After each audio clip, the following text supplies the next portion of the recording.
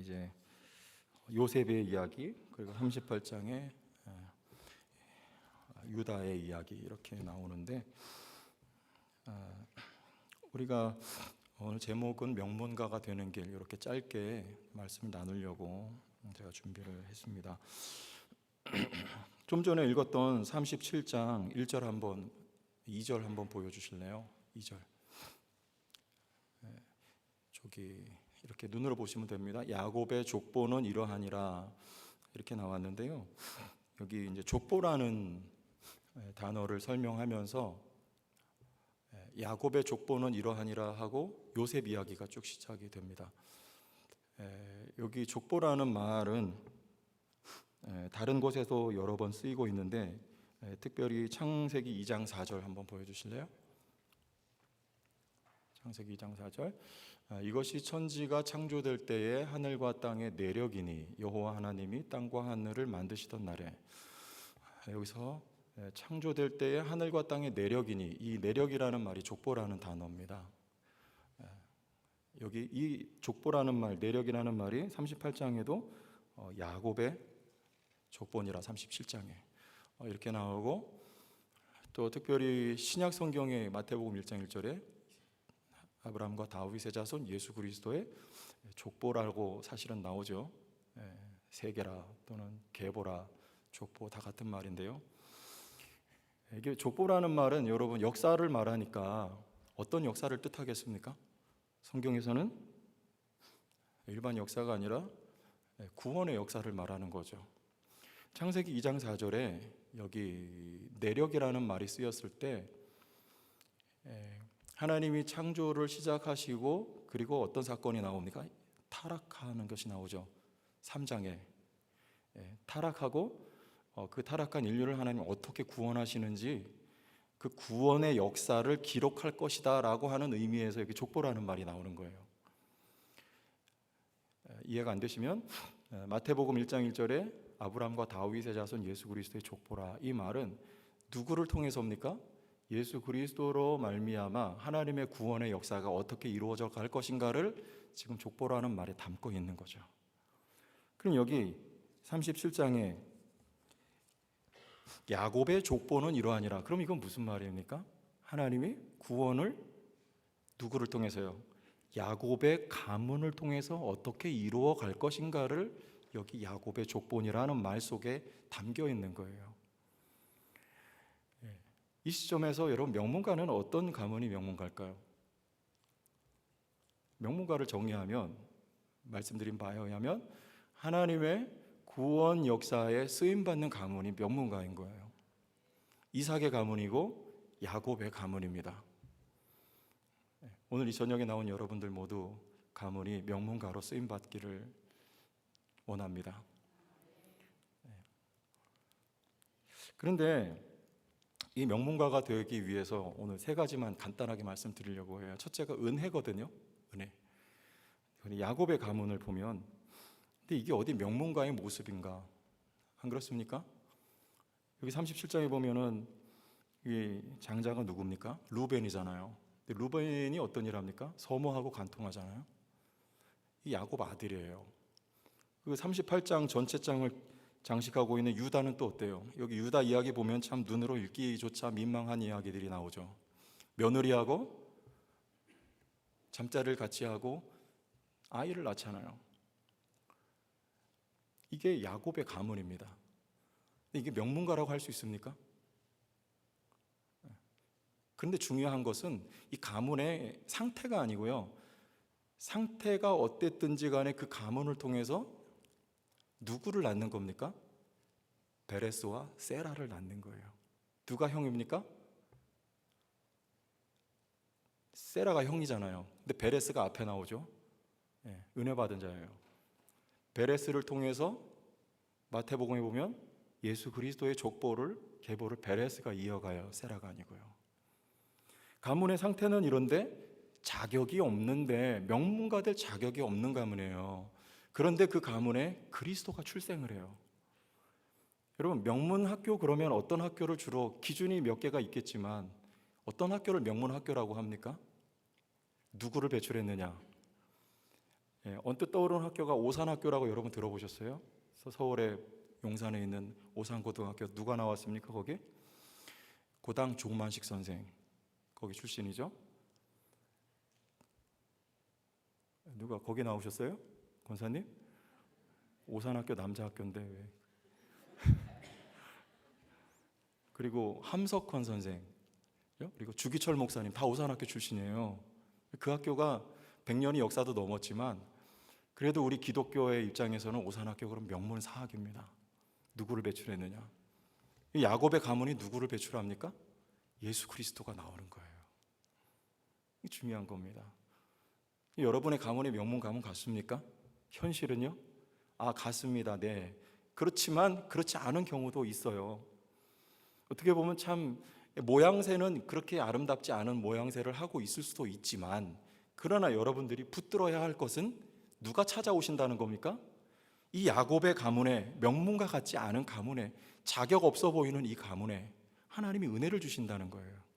은혜는 아시다시피 받을 자격이 없는 자에게 베푸시는 하나님의 호의를 은혜라고 하잖아요. 여기 받을 자격이 없는 가문에 예수가 찾아오신다니까요. 이 가문에 하나님의 약속이에요. 예수가 배출되어 이 가문이 명문가의 가문이 되는 거죠. 여러분의 가정의 모습이 어떻든지 간에 여러분 약속을 붙드시기를 원합니다. 믿음 붙드는 거예요. 믿음 때문에 빛나는 가정, 신앙으로 인해서 여러분 빛나는 가문이 되면 되는 것입니다. 아직은 주님이 찾아오신 것 같지 않아도, 아직은 질서가 없는 것 같아도, 그러나 반드시 주님은 오신다는 거예요. 여러분 가정에 반드시 오십니다. 이렇게 짠 하고 나타난다는 것이 아니라 약속의 말씀을 이루어 주신다는 뜻이에요. 믿음 부여잡아요. 기도하세요. 그리고 주님을 바라보세요. 하나님이 이루실 것입니다. 예수를 모셨습니까? 예수 때문에 명문가한 거예요. 믿기를 원합니다. 나의 삶이 명품 인생이 된 건 맞습니까? 우리 목사님 40주년 우리 예배 드릴 때 오셔서 설교하셨죠. 무슨 인생이라고요? 여러분 존귀한 분들이라고 설교하셨잖아요. 왜 명품 인생입니까? 누구 때문에요? 내 마음 들여다보면 아닌 것 같지만 예수 때문에 명품 인생인 거예요. 누가 간섭하는 인생입니까? 하나님이 간섭하는 인생. 첫째는요, 이 가문이 은혜 받은 가문. 여러분 가정이 가문이 은혜로 말미암아 세워지는 가문이 될 수 있기를 원해요. 더하여서 여러분 후손들이 은혜 받기를 원합니다. 은혜 받는다는 것은요, 우리 다음 세대들이 하나님을 아는 거예요. 하나님을 알았으면 좋겠어요. 참 답답해요. 하나님을 몰라요. 그 누구를 향한 답답함이냐면요, 그 대상들을 향한 답답함이 아니고요, 하나님 속히 이루어 달라고, 속히 주님 만나게 해달라고요, 인격적으로 하나님을 경험하게 해달라고요. 그들의 완악하고 여러분 그 강팍한 심령이 깨어지는 날이 속히 오게 해달라고요. 하나님의 사랑이 그들 심령에 임하게 해달라고. 그런 기도 제목 아니겠습니까? 그런 답답함인 거예요. 영적인 갈증과 갈급함인 거예요. 여러분 자녀들에게 이와 같은 은혜가 있기를 원해요. 은혜 받은 거예요. 여러분 예수를 아십니까? 하나님을 아세요? 아니까 이 자리에 나오셨겠죠? 그건 놀라운 축복이며 놀라운 특권이에요. 아무에게나 하나님을 알려주시지 않습니다. 너희에게는 알게 하셨다고 주님이 말씀하시는 거예요. 저들에게는 알게 하시지 않고 감추신다는 거예요. 누구에게는 감추고 누구에게는 알려주십니다. 알리움 받은 그들이 은혜 받은 사람들이에요. 여러분 후손들이 은혜 받은 후손들이 다 되기를 원해요. 기도하기를 바랍니다. 하나님을 아는 것, 이게 가장 큰 축복이에요. 명문가는요, 은혜 받은 가문입니다. 여러분 후손들에게도 은혜의 물길이 계속해서 뻗어나가기를 원합니다. 그 은혜, 명문 가문의 두 번째는요, 장자의 가문의 명문가는 여기 37장에 요셉 나오죠. 38장에 뜬금없이 요셉 이야기가 쭉 이어지다가 유다 이야기가 딱 하고 껴들어요. 무슨 이야기입니까? 장자 이야기예요. 누가 장자라는 거예요? 야곱 집의 장자는 첫째 아들 누굽니까? 성경 시험에 많이 나오잖아요. 르시레유 누굴까요? 르우벤이잖아요. 르우벤. 그런데 그 르우벤은 명분의 장자의 명분은 있지만 실질적인 장자의 역할은 누가 해요? 요셉이 하는 거예요. 요셉이. 장자는 그 가문을 일으키는, 먹여 살리는, 이 야곱의 가문을 누가 살립니까? 요셉이 살리잖아요. 요셉이 먹여 살리잖아요. 애굽으로 팔려가가지고요, 거기 총리 대신이 되고, 이 야곱의 가문을요, 요셉이 먹여 살리는 거예요. 실제적인 장자의 역할은 누가 해요? 요셉이 하는 거예요. 그런데 여기 유다는요, 38장에 왜 껴들었어요? 영적인 장자죠. 유다의 후손으로 누가 오세요? 예수 그리스도가 오시는 거예요. 그 예수 그리스도가 참된 장자예요. 유일한 장자, 하나님의 독생자 외아들이에요. 그가 온 인류를 먹이고 그의 살과 피로써요, 그 생명을 나누어 우리를 먹여 살리시는 장자가 바로 예수 그리스도 아닙니까? 장자의 이야기들이에요. 여러분, 성도교회가 장자의 교회가 되기를 원해요. 제천 지역의 장자, 아멘. 이 중부권을 먹여 살리는 장자, 대한민국을 회복시키는 장자, 세계 열방에 복음을 전하는 장자, 믿음의 장자가 되기를 원합니다. 여러분 가문들이 그런 장자의 가문이 다 되기를 원해요. 계시록에 보면요, 예수 그리스도와 함께 장자된 의인들이라 그래요. 장자는 하나잖아요. 하나님 나라의 장자는 여러 명이라는 뜻입니다. 모두가 다 장자가 되는 거예요. 하나님 나라에는 첫째가 아니라 첫째죠. 사투리가 막 이제, 첫째가 몇 명입니까? 1등이 몇 명이에요? 하나가 아니라니까요. 하나님 나라는 모두가 다 1등이 될 수 있어요.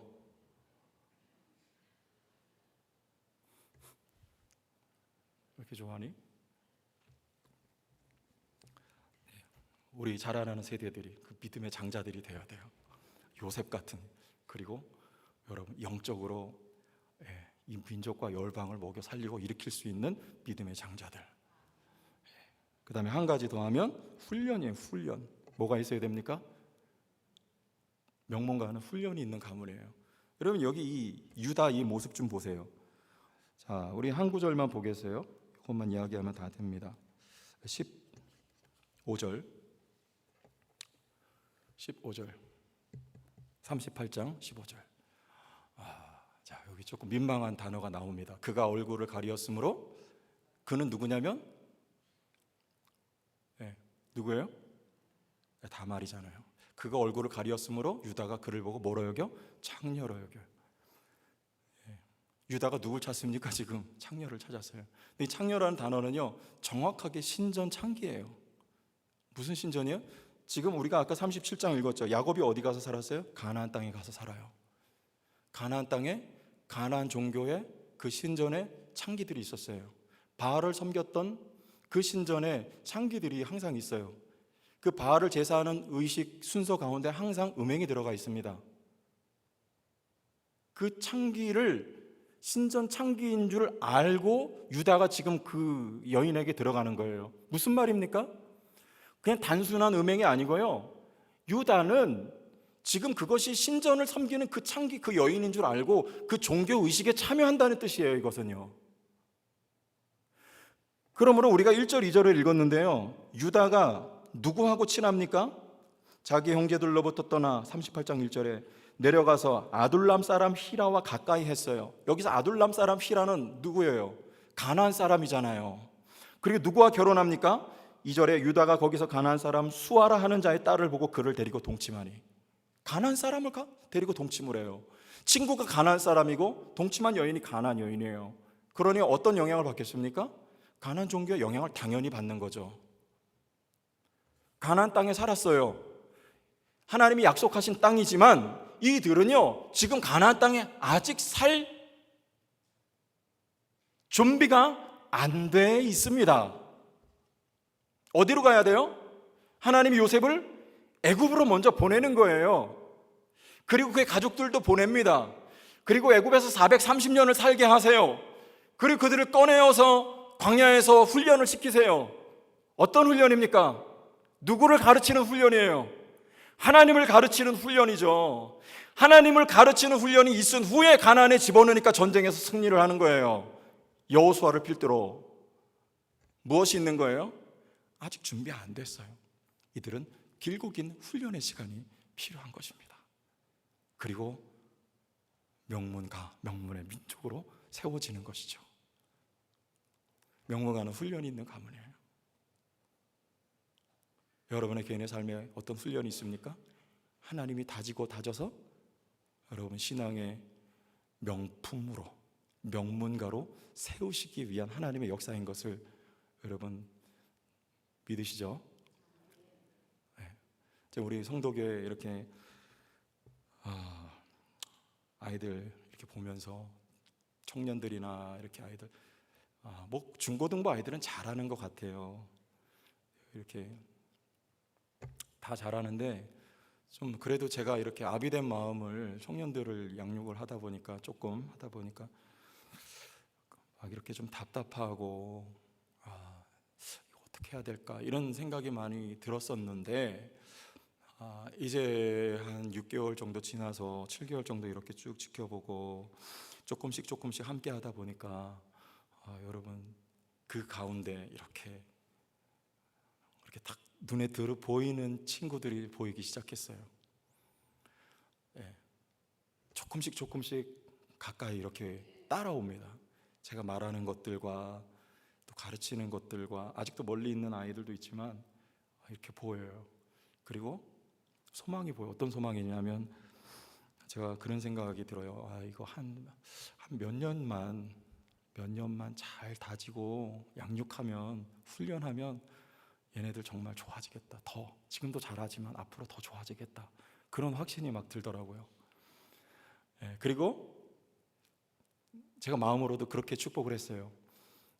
너희들이 성도교회의 일꾼들이 되라. 앞으로. 왜 아멘 3분밖에 안 하세요? 관심 없습니까?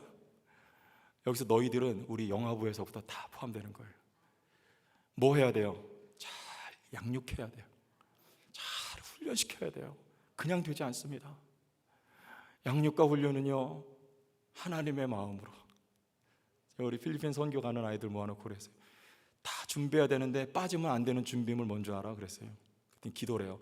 맞지. 근데 그거보다 예수님의 마음이야. 그 준비물이에요. 주님의 마음으로 가야 돼요. 우리 선생님들은요, 수련회 캠프를 주님의 마음으로 할 수 있기를 원합니다. 그게 가장 중요한 준비물이에요. 기도도 맞지만. 양육과 훈련을 누구의 마음으로 하는 걸까요? 아버지의 마음으로 하는 거죠. 하나님 아버지의 부어주신 마음으로, 긍휼히 여기는 마음, 사랑의 마음으로 아이들과 밀접하여서 아이들과 함께하면서 그들을 양육하고 하나님의 말씀을 먹이고 그들을 훈련해내야 돼요. 성도교회 일꾼들, 지도자들을 만들어야 되는 거예요. 근데 저는 그 비전이 보이더란 말이죠.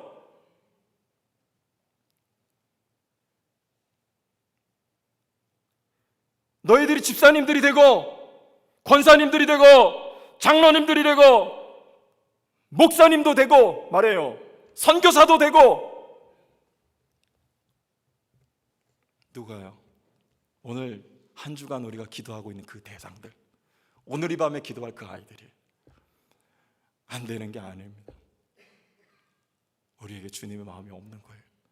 그리고 약간의 기술이 없는 거예요. 양육하는 방법, 훈련하는 방법. 여러분 오늘 밤에 아이들 위해서 좀 기도 좀 해주시기를 부탁드립니다. 남의 일이 아닙니다. 여러분 성도교회 미래입니다.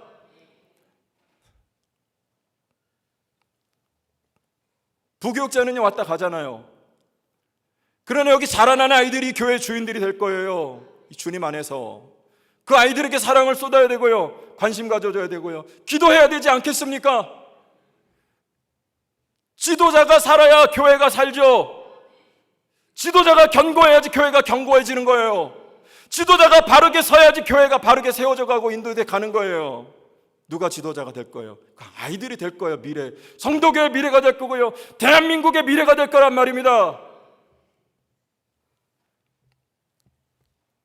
그래서 명품 인생, 명품 지도자, 명문 가문이 되는 거예요.